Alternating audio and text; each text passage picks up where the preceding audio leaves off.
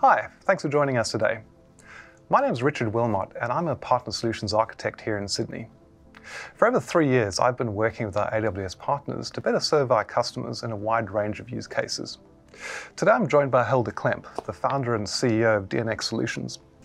and I'll be talking about migrations to AWS, and we'll be deep diving on DNX's unique approach that helps accelerate customer outcomes.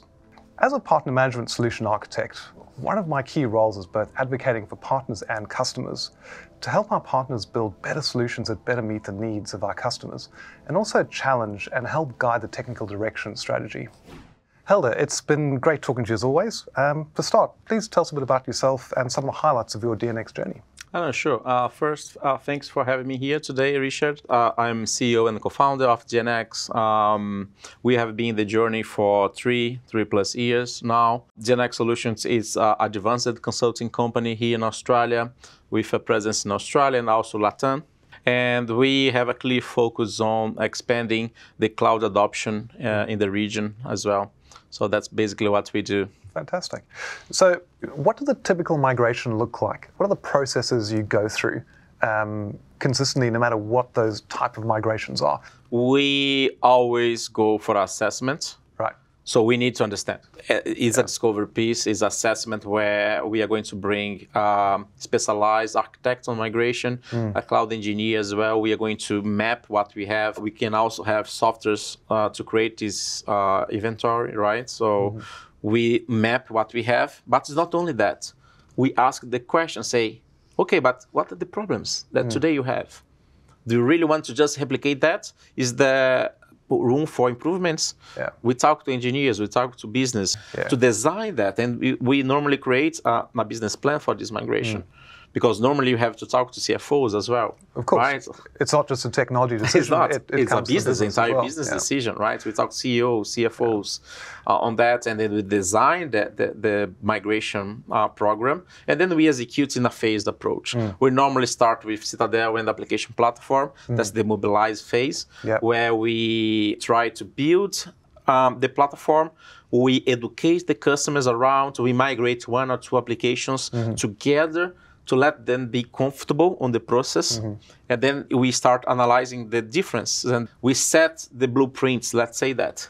So now that we have the blueprints, let's do the full migration. So that's normally the 3rd phase. So you build that confidence as you go through the process. And again, this is a customer as well, sharing knowledge as well, empowering the customer to understand how to run the platform.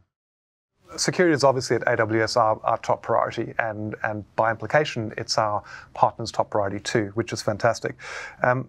How are you able to balance all those competing priorities? Because if you're doing a very large, complex migration, how do you ensure that the customer objectives are still being met, so that they're both, say, driving the outcomes they need around reliability, cost control as well, but still also staying secure as well? Talk us through how that governance mechanism works within your business as a whole. We try to be very close on how AWS thinks as well on the program. So we are able to apply for MAP. So we use the MAP program. That's a complex program for migrations. And following the MAP strategy, we start an assessment phase with our customers whenever they are willing or they're thinking to migrate, to really understand what are the drivers behind that. Is data center shutdown, or is a compliance that is too hard on the on-premise or the cloud provider? It's cost. Most of the time it's cost. So we try to understand the main drivers on this migration, and try to execute the plan according to these drivers. Because fundamentally you need to give the customer what they want as well as what they need as well. Exactly. And of course, well architected, which you've embedded into your delivery process, is a very key part of that, I should imagine, as well, to govern the way you deliver too. So we bake the well architected into the sales process, as I said. So we run one well architect in the beginning and say, hey, just to let you know what's the gaps. And then we run after the platform, the mobilize phase as well. Which is the validation at the end Exactly. of the process. Say, hey, look, we are closing those gaps, but we still have backlog here. So let's migrate the applications and let's close these gaps. Because in a lot of cases, by migrating the application, you're closing a lot of those security and operational gaps which exist in the environment And by not chasing those bugs and patching them, moving them into that well-architected environment, you're closing off those risks with very little work on your part. No, sure. We completely understand that in some case we can't do a modernization. We have to go for a lift and shift. For instance, that's classical when we have an off-the-shelf product that we even don't have the code, or you don't want to lose the warranty around this product. So we have to move as it is. But these are exceptions, right? So we really challenge the customer to say, hey, let's improve this. Yeah. It's Windows. Do you really need this Windows machine? Can this .NET application be migrated to .NET Core 6 and then run on Linux container? And the guys, yeah, so let's do this. Let's do it. So let's get rid of these tax on the Windows license, for instance. So we do this challenge to the customer on this assessment phase. Oh, let's optimize your new platform. And I suppose a key part of leveraging programs like well-architected, like the map programs as well, that provides a very clear, intentional governance of the way in which you conduct every engagement. And I love the way that you spoke about using well-architected as that first step with every customer, because that provides a great deal of consistency of discovery, I should imagine, as well, on any environment that you're encountering. No, sure. Again, it's the customers, sometimes they don't know what they don't know. So we ask the questions and say, yeah, we have a problem here. Yeah. And let's not replicate that to the new platform. Yeah. And a key part of that, I think, is around managed services. As I see it, Helder, the way DNX accelerates the customer journey is by having very, very clear and prescriptive guidance on every part of that, from that initial assessment, that migration, the application modernization, and the data modernization that goes with that. But then a key part which you just touched on was managed services. Now, I know that Citadel forms a foundational and fundamental part of the way that you actually manage your customers' environments. Talk to us a little bit about that. Oh, sure. So we start recently to always add managed services into our proposals as a default choice as well, because that gives us customers the taste of this next generation of managed services, right? So basically, the managed service team work with Citadel as well, engineer team, to ensure that the continuous compliance is working very, very well. The managed service also work with the engineers from the customer as well. So we do this kind of backlog grooming every month with our customers to try to be really proactive and say, hey, we're not here only to manage your environment. Not just pick up the tickets, but actually to proactively... To challenge and say, hey, where the business is going, how can we help you with that? So, hey, you are expanding to UK. Oh, let's do this together, right? Let's follow the well-architected. Let's run several well-architected over the years as well, right? Because there's evolution of the platform and the workloads. And also customer demands as well. As a customer needs change, your managed service needs to change with them to keep driving that business value. Exactly. As a value-added managed service. Yes. Great. And of course, you only manage Citadel environments. That means you can leverage the automation and the improvements that you add to Citadel on your next customer. Yes, absolutely. So the managed service teams works directly with the Citadel engineers as well to say, hey, we are improving Citadel, so be updated as well on the managed services. A typical way is the concept of event-driven security, where we are quite strong on Citadel, rely on Security Hub, CloudTrails, and then we send these security events to the managed service teams, where they have a bunch of dashboards and channels to proactively respond to these incidents. Interesting. And also going back to design time, if your managed services team and your migrations team are all on the same page, all have that common well-architected framework, you now become a well-operated partner, because the operational excellence is baked in at that migration time using Citadel all the way through the customer journey. Is that your perspective? Exactly. So the managed service teams looks on the operations pillar, right? To work with the customers and improve this. Which you can't retrofit much like security. That has to be built in from the beginning as well. Exactly. Understood. But more on the operations, creating their own books, for instance, share knowledge with the customers as well, and ways to improve that. In that value-added continuous improvement approach. Yes. So Citadel, you've alluded to, that is obviously a very key part of that. Talk me through how Citadel actually now forms part of your strategy on every project now. No, sure. That's an evolution. So that was an evolution of our cloud foundation back like three years ago. So we start receiving a lot of requests on compliance and security, and we decided, I think it's time to create a solution that isolated a bit and focus on compliance and security. And we work a lot with our partners, AWS on the open banking here in Australia, Assurance Lab on the auditing, and this market is quite good as well and quite challenged. That's where Citadel was formed. So my co-founder, Alan, CTO, he's in charge on this product development as well. So basically, Citadel is well-architected, compliant by the full platform that we are delivering to our customers. The idea is to be self-service, like really focus on the Heroku as well experience sometimes on top of AWS, where the customer or the ops can operate the platform and then ensure that it's compliant now, yesterday, and tomorrow will be compliant. So the continuous compliance as well. So that's a bit of the product feature, the product roadmap for Citadel. So fundamentally, Citadel is what you use on every project.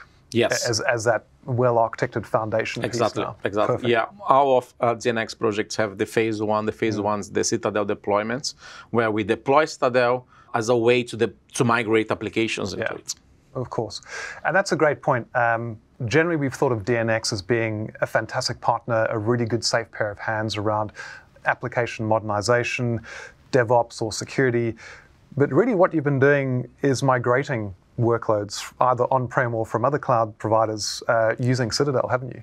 I know, yes. Yeah. So whenever we approach a customer and say, hey, I need to be compliant or secure or fix that, we don't go there and in the old AWS accounts on the old infrastructure and try to fix around. That costs more. So what we propose to our customers is, hey, let me deploy Citadel here from scratch in a new set of AWS accounts. From scratch, we design the application platform with our customers, whether it's Kubernetes, Fargate, or Elastic Beanstalk. And then we design together a plan to migrate the applications into this. But it's not only lift and shift. It's not lift and shift. It's far from it, because we question the customer, say, hey, why not moving these to Docker containers if that's the case? And then we migrate that to Docker containers and then run on Fargate. That's super compliant. It's a great way you've repositioned well-architected, and I think this is where the program as a whole is pivoted to look at how, instead of identifying risks in custom workloads and remediating them, which of course is fantastic, you guys have taken to the next step where you've identified risk, and that serves as a driver for that migration approach. So well-architected actually forms a very important part of your discovery on every engagement, which then is bookended by Citadel on the back end effectively to actually drive that migration process. Yes, you're correct on that. Okay. As you've effectively been migrating customers from day one, really, very much, that's how it works. Talk us through how that approach aligns to how we traditionally regard migrations, and specifically your application modernization approach. So we have Citadel, and then we migrate applications, but we don't do lift and shift. We always try to optimize how to operate this application, whether it's auto-scaling or Fargate or Kubernetes. But it's not only the application, right? And then we brought the data modernization as well into this, because all the applications, they have data around, whether it's S3 for the storage, whether it's a database, and there's sometimes several databases, like Elasticsearch, DynamoDB, or RDS, Aurora. So we start to advising the customer, say, hey, let's be more efficient on this data strategy as well. So the data strategy is almost essential to underlie the way in which these applications are migrated effectively. You can't modernize the application without ensuring you're modernizing and taking that data with the application as well. That data modernization approach, how is that informed by the best practice that we spoke about, like Citadel? Is there a separate data platform? How does that fit within Citadel? No, sure. At Citadel, we design several applications and data platforms. Remember, Citadel looks after the whole infrastructure, compliance, and security. And then on top of Citadel, we have what we call the platforms. Fargate application platform, Kubernetes application platform, Lambda's application platform, and then data platforms like Data Lake. Data Lake formation platforms, Which Databricks. Inherits all the same Exactly. So we are deploying controls. these data platforms on top of Citadel as well, following well-architected and following security and concerns about data classification as well. We've gone into a lot of theoretical detail, Helder, and I'd love if you could Talk through what that looks like in practice. Do you have a customer example you can talk through? Oh, no, sure. I think we have been doing migrations across several areas, so we'll touch some of them to give some examples and then help customers to identify as well to the challenge, right? So the first one that I will touch is from the SMB space here in Australia, it's Plezzel. We have been working with them 2 years now. Let's name it as a traditional migration where was on-premise. They have like pet servers, huge Linux servers with a lot of applications running the same boxes, database in the same box. And we try to completely avoid lift and shift because that would be a nightmare, right? So we put our solution architects to work with them and say, hey, before migrating, let's create a plan here on the target architecture. So what are the main drivers for that migration? Scalability, right, and lack of disaster recovery. So basically they had a very brittle environment that was not very resilient at all. Exactly, and it was hard to scale. Yeah. And sometimes they have some issues on the data center power, and it was hard to resiliency.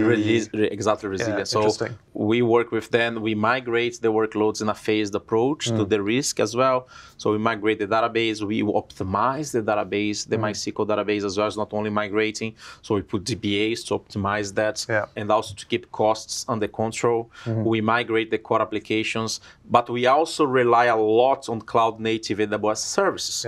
For instance, Route 53, Lambdas. We start using AWS services and more towards the cloud native and the powerful of the event-driven architecture using Lambdas.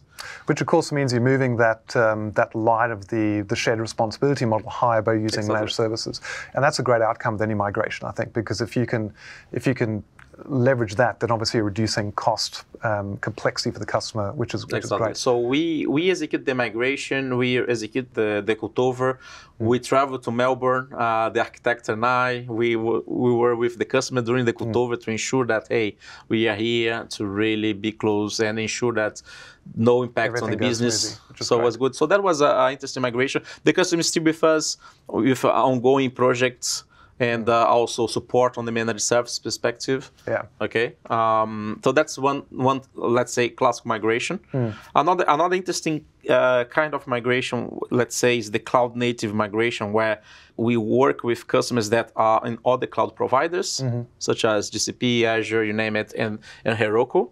A lot of startups still in Heroku. And then we migrate to AWS, but keeping the cloud native concepts, right? So Heroku, they have a very unique way of managing with a continuous delivery pipeline. We try to replicate this model here. So we have several cases of Heroku to AWS migration with a great DevOps platform, let's say that. So those startups who start off DevOps native, they can still have all the same experiences with AWS, but with the additional benefits that they're migrating onto Citadel. So of course they've got all the same built-in well-architected security. And the startups were finding difficult to scale, and Heroku has an interesting pricing model.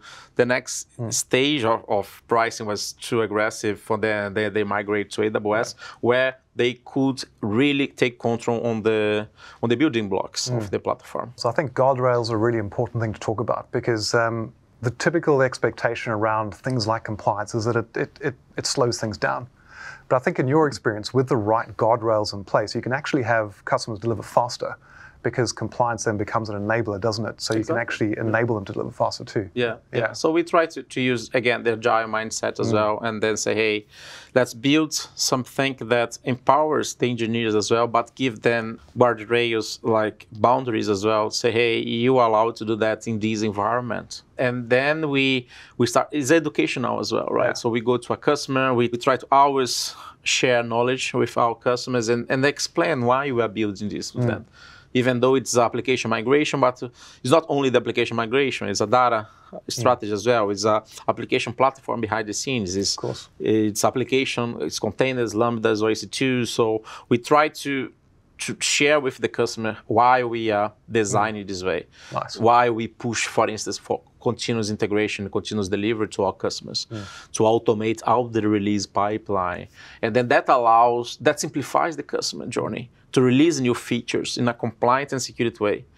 So at the same time that we are putting these high levels of compliance security, we are releasing faster. Perfect. Yeah. Right? So you've almost got that 360. You've got the security, you've got the compliance, you've got the application and data modernization, plus that migration. But you're not just doing that lift and shift, you're doing that high value migration, which gives that long-term value, plus the managed services.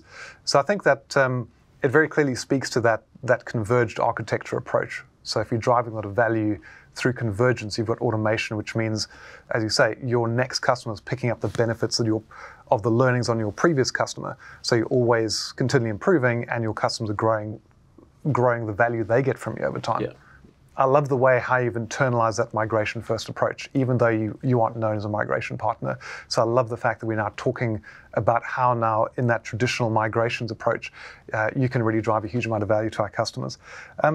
To conclude and wrap up, what are some of those ways that customers can start that conversation with you, Helder? Oh, sure. Like from websites, we start conversations a lot from the websites. On LinkedIn as well, we have customers that ping me and say, hey, Helder, I want to talk more about migrations, and then we normally schedule an intro call. We have a great relationship with AWS sales here in Australia, so we share leads a lot as well. Nice. So whenever we bring a lead, we talk to AWS sales, say, hey, let's prepare for this meeting. We are also on AWS Marketplace as well. So we have Citadel as a product there. We also have professional services and migration as a professional services features on Marketplace. You guys can reach to me as well directly. I'm still head of sales at DNX, so CEO and head of sales. And we are going to probably forward to one of our sales team. I think that's it for me. Thanks, Helder. It's been an absolute pleasure talking to you as always. And I, for one, I'm really looking forward to how you continue to delight our joint customers, because I think it's been an absolute pleasure working with you. And thanks a lot for the journey. It's been great. Thank you, Richard. Thank you very much, AWS, for this opportunity.